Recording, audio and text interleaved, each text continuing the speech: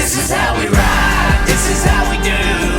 What's going on, ladies and gentlemen? We're heading down the road. And let me explain some reasons as to why. You know, to start this West Coast sprint car swing, I had a decision to make.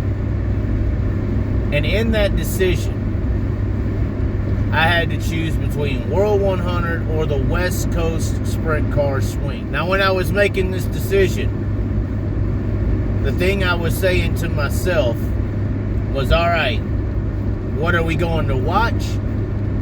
And what are we going to cover? And when I looked at the option, it made 110% sense to go to the West Coast sprint car swing. Everyone was asking me, you know, why are you going there instead of the World 100 biggest late model race of the year? I said, here's the deal. I basically was telling people I could go this West Coast string and see some of this action, or I could go to Eldor for the World 100 and watch the Jonathan Davenport train. And what the hell happened? Yeah, Braden Overton resurged and won the dream. Okay, cool. Maybe a glimpse of hope that we were going to see someone else win besides Jonathan Davenport.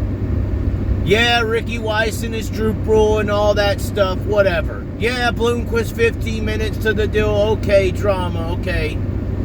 But as far as drama on the racetrack, racing action, drama, something to watch on the track, which is what I'm about promoting, there was nothing at the World 100 to watch.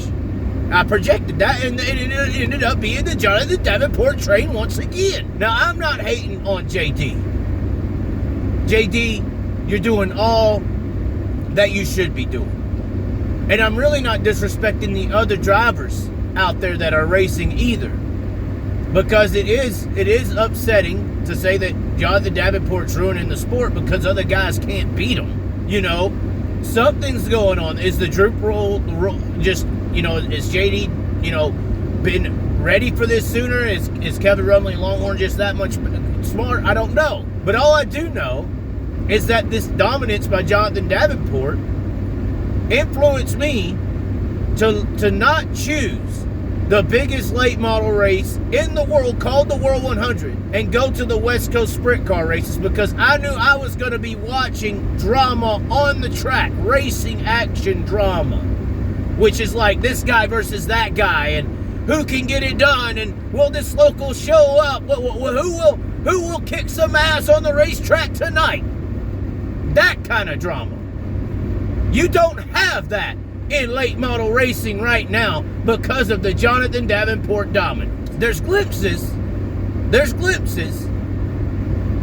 of other guys maybe doing it, but at the end of the day, it isn't happening on a consistent basis. Jonathan Davenport is dominating the biggest races of the year. I like racing drama on the track.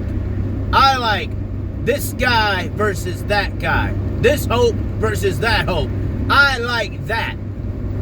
And I think that this year in the late model world, that hope is somewhat being taken away. Now, once again, Jonathan Davenport can be beat. But it seems like when the money's on the line at these bigger events, especially Eldora, this year, it isn't looking good for anyone else. And I projected correctly that Jonathan Davenport was just going to dominate. Now, I didn't put that in a video or anything like that. I'm saying it privately because I was out here doing all this work trying to show off locals. Trying to show off these other guys who are out here in these sprint cars that everyone thinks are so simple to set up. And that's the funny part. You know, they say that sprint cars are just so simplistic to set up, the late model people do. And the late models are so intricate and so many things to do.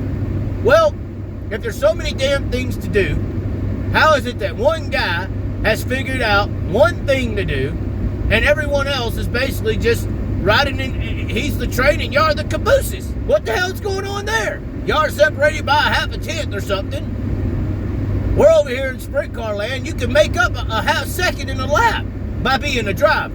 Now, for those who want to say, oh, well, sprint car this, sprint car that, there's crew chiefs over here like Phil Dietz. Amazing crew chiefs on the Shark Racing team. These guys are worth big money.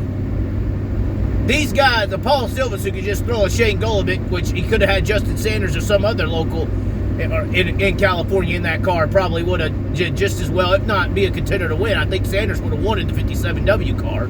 There's all these situations where crew chiefs obviously are making the difference. So there's obviously some adjustments in these sprint cars that make a difference, correct?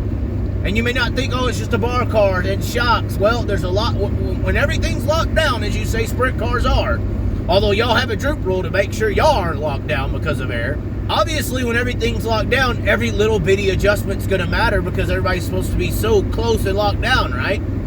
So little adjustments and little changes are going to matter, and if you know how to make little bitty changes and little bitty adjustments here, there, and the other, you could be a Phil Dietz. You could be a Paul Silva.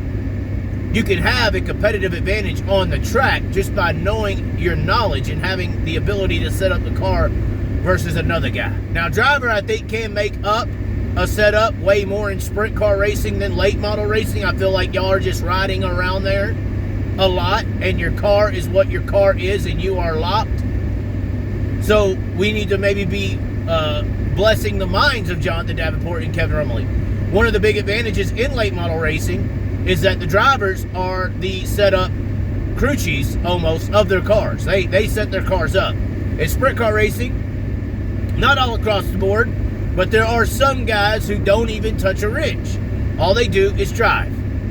And I think sometimes that hurts them versus the guys who do wrench on their cars and drive as well. But anyways, that's why I went with the West Coast swing over Eldora. Jonathan Davenport, you're doing an amazing job.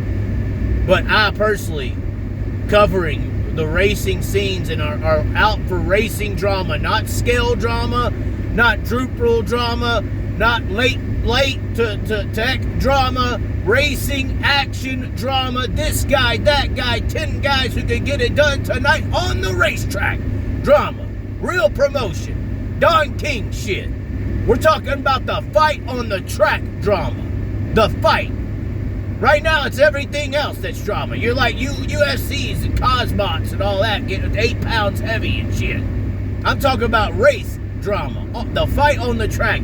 Y'all don't have it in the late model world right now, and I think people are tuning out. I saw multiple people on Facebook saying Jonathan Davenport has killed late model racing. Now, you might think, and some would think, and listen, maybe that's the droop rule that's killed racing. And that may be something to think about. I definitely think right now, Ricky Weiss would agree. This is how we ride, this is how we do.